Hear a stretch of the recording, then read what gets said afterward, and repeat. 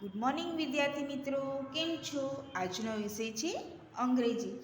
આપણે સ્વાપોથીમાં unit 9 this and ધેટવાળા વાક્ય આપણે બનાવ્યા. નોટમાં મેં સ્પેલિંગ, ઉચ્ચાર, અર્થ લખાવ્યા. બરોબર. હવે જે આપણે બાકી છે આગળનું એ હવે આપણે લખીએ. જો મેં આવી રીતે તમારી નોટમાં મેં પાકી નોટમાં આ રીતે લખેલું છે ધીસ એન્ડ ધેટ. જો THIS ધીસ એટલે આ, THAT ધેટ એટલે પહેલું, IS ઇઝ એટલે છે, ઇઝ એટલે છે. હવે TABLE ટેબલ એટલે ટેબલ, CHAIR ચેર એટલે ખુરશી,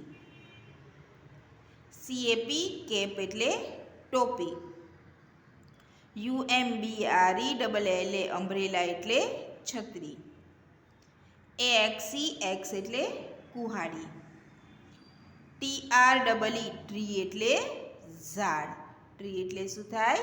ઝાડ. હવે KITE કાઇટ એટલે પતંગ, કાઇટ એટલે શું થાય? પતંગ.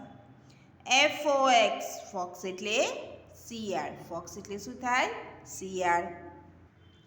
પછી OWL આઉલ એટલે ઘુવડ, BOAT બોટ એટલે હોડી, APPLE એપલ એટલે સફરજન, COW કાઉ એટલે ગાય. હવે આપણે લઈશું HEN હેન એટલે મરઘી, HEN એટલે મરઘી, હેન એટલે મરઘી. પછી BUS બસ એટલે બસ, BUS બસ એટલે બસ, BUS બસ એટલે બસ. પછી EGG એગ એટલે ઈંડું, EGG એગ એટલે ઈંડું, EGG એગ એટલે ઈંડું. હવે CAT કેટ એટલે બિલાડી, CAT કેટ એટલે બિલાડી, CAT કેટ એટલે બિલાડી. હવે આવશે PEN પેન એટલે પેન, PEN પેન એટલે પેન, PEN પેન એટલે પેન, PEN પેન એટલે પેન. હવે ANT એન્ટ એટલે કીડી. બરોબર. હવે BALL બોલ એટલે દડો, BALL બોલ એટલે દડો, BALL બોલ એટલે દડો, બોલ એટલે શું થાય? દડો. હવે TAP ટેપ એટલે નળ, TAP ટેપ એટલે નળ, TAP ટેપ એટલે નળ, TAP ટેપ એટલે નળ. HAT હેટ એટલે ટોપી, HAT હેટ એટલે ટોપી. બરોબર વિદ્યાર્થી મિત્રો. હવે આપણે વાક્ય લખતા, જો તમને આ સ્પેલિંગ આવડશે તો તમને ઓટોમેટિક વાક્ય બનાવતાય પણ આવડી જશે. જો હવે આવી રીતના સીધો એરો હોય, બરોબર, અને ખાલી અહીંયા ટેબલ લખ્યું હોય TABLE, બરોબર, અને તમારે વાક્ય બનાવવાનું છે. સીધો એરો આવે છે તો શું આવશે? ધીસ. તો અહીં શું લખવાનું? THIS this is a table, TABLE this is a table, આ ટેબલ છે. હવે આવી રીતના આમ એરો હોય ક્રોસમાં, અને ખાલી ચેર એમ લખેલું હોય CHAIR, તો તમારે ખાલી શું આગળ લગાડવાનું રહેશે? ધેટ. શું?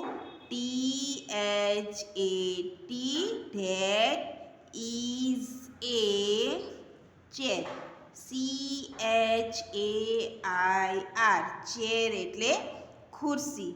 બરોબર. દાખલા તરીકે પિક્ચર હોય તો તમારા સ્પેલિંગ પણ યાદ રાખવા પડશે ને આ રીતે સ્પેલિંગ લખેલા હોય તો તમારે ખાલી આ 3 વાક્ય આગળ લગાડી અને જે સ્પેલિંગ લખેલું હોય એ પાછળ તમારે લગાડવાનો રહેશે. બરોબર. હવે આ રીતના સીધો એરો હોય અને ખાલી આમ લખ્યું CAP કેપ, તો તમારે શું લખવાનું? ધીસ આવશે. શું આવશે? This. THIS. This is a cap. CAP cap. Cap એટલે ટોપી. આ રીતે વાક્ય બનાવવાના રહેશે. હવે આવી રીતે ક્રોસમાં છે એરો અને એમ લખેલું છે અમ્બ્રેલા, તો UMBRELLA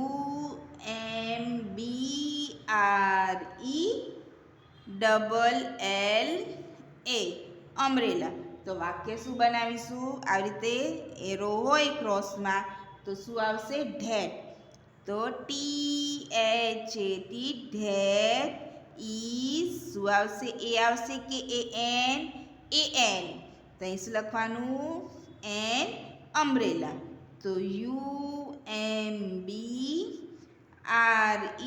UMBRELLA અમ્બ્રેલા. હવે આપણે આ રીતે પાછું ક્રોસમાં એરો આવી રીતના હોય અને આ રીતે કરવાનું રહેશે. પછી ટ્રી લખેલું છે તો TREE ટ્રી એટલે ઝાડ, અમ્બ્રેલા એટલે છત્રી. તો ક્રોસમાં એરો છે તો શું આવશે? ધેટ. ધેટ આવે ને. તો પેલું ઝાડ છે. બરોબર. THAT that is a tree. તો TREE ટ્રી એટલે ઝાડ. ટ્રી એટલે ઝાડ. હવે પાછો આ રીતે ક્રોસમાં એરો હોય અને ખાલી આ સ્પેલિંગ લખેલો હોય કે ITE કાઇટ. તો શું વાક્ય બનશે? That. THAT that is a kite. તો પેલી પતંગ છે. બરોબર. આ પેલી, આ છે, કાઇટ એટલે પતંગ. તો પેલી છે પતંગ. હવે સીધો એરો લઈ લઈશું આપણે અને અહીંયા ફોક્સ, FOX ફોક્સ. પછી આવી રીતે એરો કરવાનો રહેશે. તો અહીંયા શું લખીશું? સીધો એરો હોય તો this. THIS this is a fox. FOX this is a fox. This એટલે શું થાય? પહેલાં તો એ યાદ રાખવું પડે. ધીસ એટલે આ. તો આ શિયાળ છે. આ છે શિયાળ. હવે આપણે ક્રોસમાં એરો લઈ લઈએ અને લખીશું આઉલ. આઉલ એટલે શું થાય? ઘુવડ. બરોબર. તો આ રીતે ક્રોસમાં એરો છે તો શું વાક્ય આવશે? ધેટ. THAT ધેટ ઇઝ કયો આર્ટિકલ આવશે? AN. An owl. OWL owl. That એટલે શું થાય? કોજોય. ધેટ એટલે પેલું. તો પેલું છે ઘુવડ. બરોબર. હવે મેં તમને સ્પેલિંગ, ઉચ્ચાર, અર્થ લખાયા, ટેબલથી ને આઉલ સુધીના વાક્ય લખાયા. આ તમારે પાકી નોટમાં લખવાના રહેશે. હવે આપણે 1 થી 20 સુધીના સ્પેલિંગ લઈ લઈએ. જ્યારે પહેલો લેક્ચર હતો ત્યારે મેં તમને 1 થી 10 ના આપેલા. હવે 11 થી 20 સુધીના આપણે લઈએ. ગુજરાતી અંક, અંગ્રેજી અંક, સ્પેલિંગ, ઉચ્ચાર અને અર્થ. બરોબર. આ તમારે તમારી રફ નોટમાં લખવાના રહેશે. શેમાં લખવાના રહેશે? રફ નોટમાં.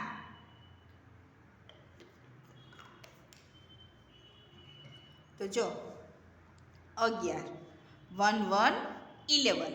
તો ELEVEN 11 એટલે 11. ELEVEN 11 એટલે 11. હવે આવશે 12 1 to 12.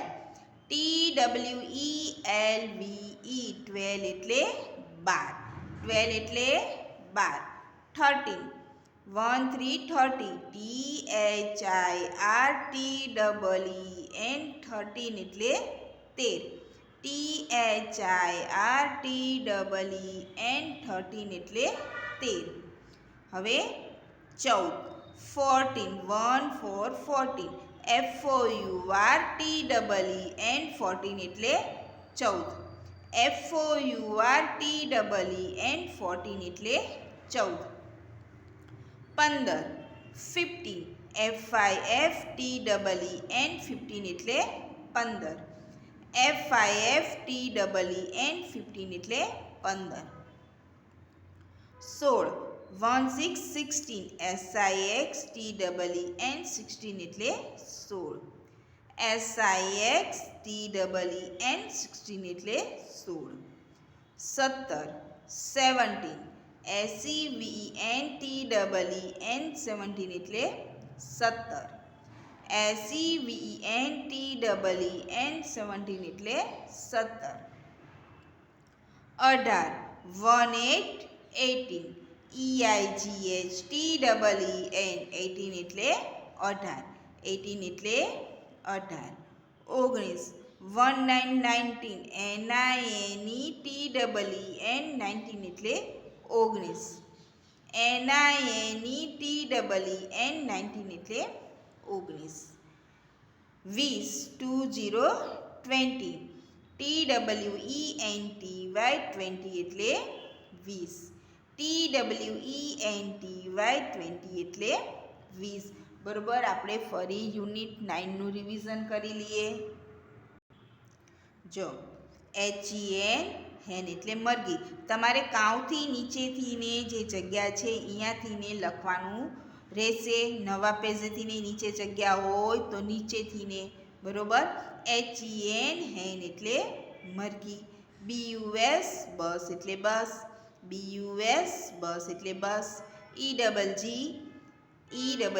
એગ એટલે ઈંડું EGG એગ એટલે ઈંડું CAT કેટ એટલે બિલાડી PEN પેન એટલે પેન ANT એન્ટ એટલે કીડી BALL બોલ એટલે દડો પછી ટેપ TAP ટેપ એટલે નળ HAT હેટ એટલે ટોપી હવે વાક્ય તમને એમ થતું હશે કે મેડમ ઇંગ્લિશની સ્વામાં પણ વાક્ય લખાવ્યા છે ને નોટમાં તમને યાદ રહે ને પરીક્ષામાં જો પિક્ચર્સની જગ્યાએ આ રીતે સ્પેલિંગ લખેલા હોય તો કેવી રીતના લખાય એટલે તમને નોટમાં પણ મેં એટલે લખાયું છે બરોબર ટેબલ તો ધીસ ઇઝ એ ટેબલ